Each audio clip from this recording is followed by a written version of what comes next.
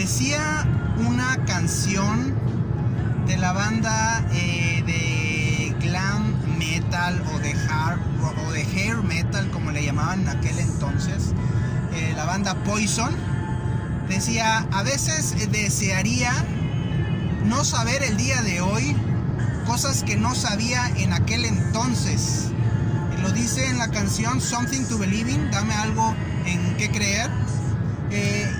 Bueno, creo que hay cosas que en su momento, hace años, no notamos o no nos dimos cuenta, y ahora cuando las analizamos, entendemos, comprendemos, descubrimos que las cosas eran diferentes, tenían un porqué, o sucedieron de una forma un tanto extraña. Si quieren, otra vez, paranoia, si quieren, la madriguera del conejo, y vamos cayendo y rascándole y encontrando cosas muy curiosas. Yo recuerdo mucho a finales de los 80s, principios de los 90s, cuando estaba en la secundaria, escuchábamos mucho rap, ahora le llaman hip hop, en aquel tiempo era rap, y escuchábamos mucho a Run DMC, por ejemplo, escuchábamos mucho de PMD. Me gustaban mucho esas bandas que eran grupos, realmente grupos musicales, por así decirlo, de hip hop o de rap, como quieran llamarle. Yo no dejo de decirle rap porque así lo conocí, aunque ahora todo el mundo le dice hip hop.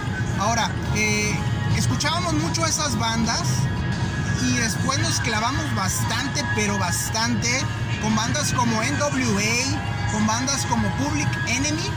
Sin duda las conocimos, las escuchamos y nos emocionamos. Ya habíamos escuchado en 1987 el Appetite for Destruction de los Guns N' Roses, producido por Mike Leake, que fue un disco, digamos que nos regresó la fe en la música, en que la música era algo subversivo, era algo violento, era algo peligroso. Queríamos ese peligro que representaban los Guns N' Roses y su Appetite for Destruction, y un par de años después lo encontramos, aunque en otro género, en bandas como los NWA, en bandas como los Public Enemy. Los Public Enemy estaban en el lado este, en Nueva York, mientras NWA venían de Compton, allá en California, en la costa oeste. Eran grupos también. Me acuerdo que Public Enemy estaba Terminator X, que era el DJ, estaba Chuck D, que era el vocalista principal, el MC, y estaba Flavor Flav, que era ahí como que el que hacía chistes y le ponía el lado cómico, o relajaba un poco la tensión de los shows de Public Enemy. Y en NWA estaba obviamente el Dr. Dre, estaba el DJ Yella, estaba MC Ren, y los más conocidos obviamente eran Eazy-E y el señor Ice Cube.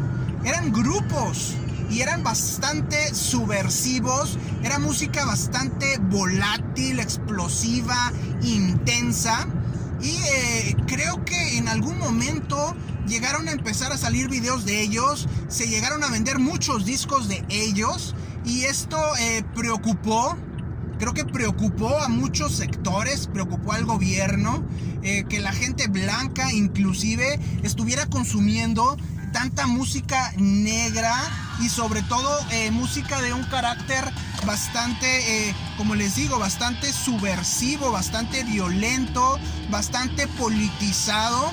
Y esto representó una gran preocupación para muchos sectores blancos conservadores en el tema de la música. ¿Qué hicieron o qué pareciera que hicieron? Hay que recordar que en un punto NWA y Public Enemy parecía que se iban a convertir en superestrellas, y de repente surgió el movimiento conocido como grunge en Seattle, en un polo totalmente opuesto. En el norte de los Estados Unidos surgen los grupos de grunge, como Soundgarden, como Nirvana, como Pearl Jam, como Alice in Chains. Un movimiento, curiosamente, en una ciudad aparentemente de izquierda como lo es Seattle, aunque digamos que es como socialdemócrata, son muy capitalistas, pero también ven algo del lado izquierdo del espectro político, por así decirlo. Surgen los grupos grunge, y es un movimiento que, si ustedes lo analizan, es totalmente blanco. no hay muchos músicos, o creo que no hay músicos de color dentro de lo que era el rock grunge o el movimiento grunge. Era pura gente blanca. Hay que recordar que cuando surgen Public Enemy y NWA, lo que predominaba era esta corriente del hair metal, principalmente en California.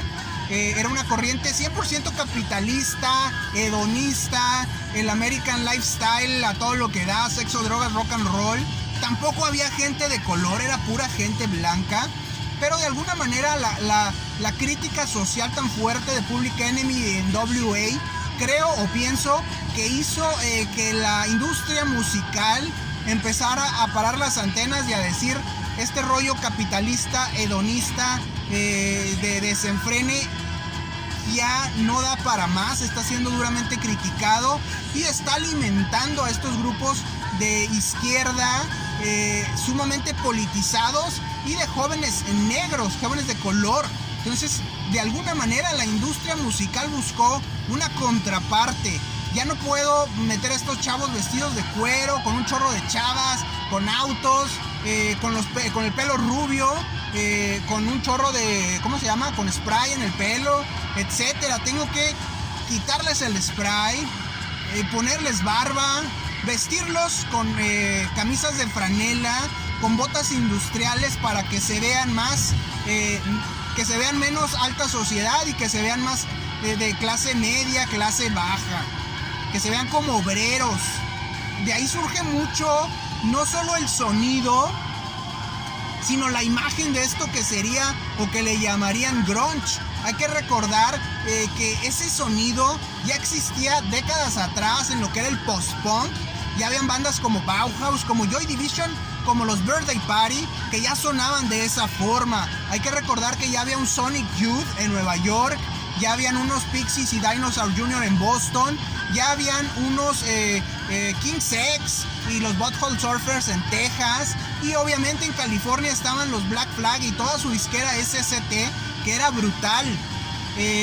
Ya había ese movimiento en Seattle desde hace décadas atrás. Olvidé, en Minneapolis estaban los Replacement, Husker Du y Soul Asylum. En Seattle ya había ese movimiento de tiempo atrás. Ya estaban los Screaming Trees, ya estaba Malfunction, ya estaban los Melvins, ya estaba Green River, pero nadie absolutamente los pelaba. Tuvieron que traer periodistas ingleses para que hicieran un reportaje en Seattle para buscar impulsar a la escena.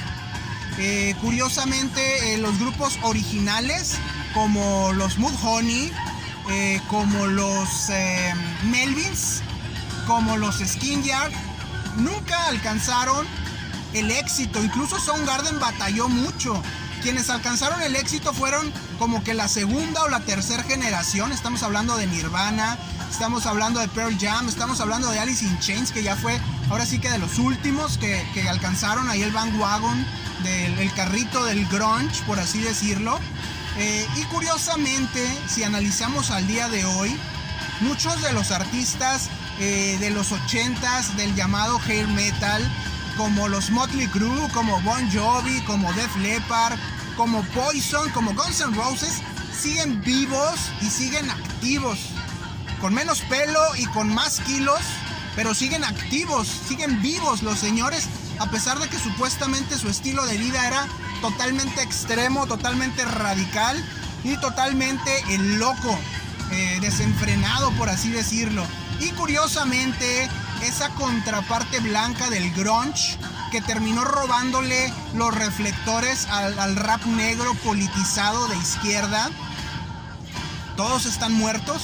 Kurt Cobain de un suicidio, Chris Cornell de un suicidio, Laney Staley de los Alice in Chains, una sobredosis, Andrew Wood de Mother Love Bone, una sobredosis, incluso Scott Weiland, que no era de esa escena de Seattle, pero también le entraba al grunge, murió de una sobredosis. Entonces, de alguna manera, ese movimiento fue para algo temporal, para un objetivo, y tenía una fecha de caducidad.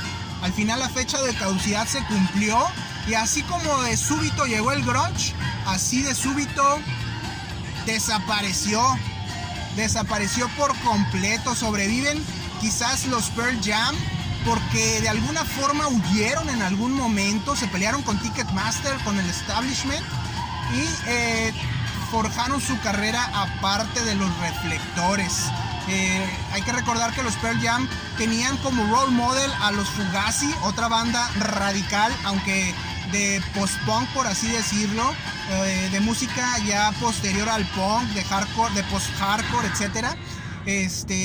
Y de alguna forma los Pearl Jam se desviaron de esa corriente del grunge comercial que llegó a las listas de popularidad, que vendió millones de discos. Y hay que recordar otro dato curioso, precisamente bandas originales del movimiento grunge, como fueron los Melvins, o como son los Melvins, como son los Mudhoney, de inmediato salieron de Seattle, dejaron Seattle y se fueron a vivir a California. Curiosamente, esas bandas se alejaron de los reflectores que buscaban y que estaban ávidos de la música grunge. Se alejaron de los millones de discos, se alejaron de los millones de fans, se aislaron prácticamente en California, y curiosamente esas bandas siguen vivas.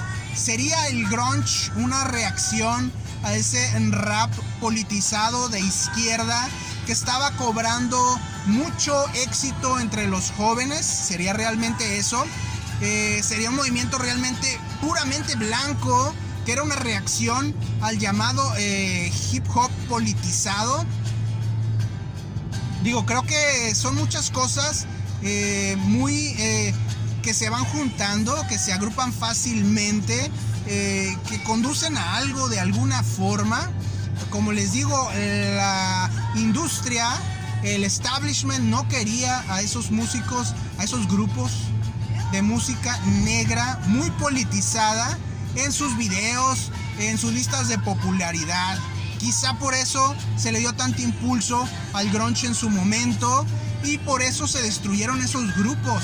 Hay que recordar, o hay que pensar ahorita en la escena de hip hop, casi siempre son artistas solistas.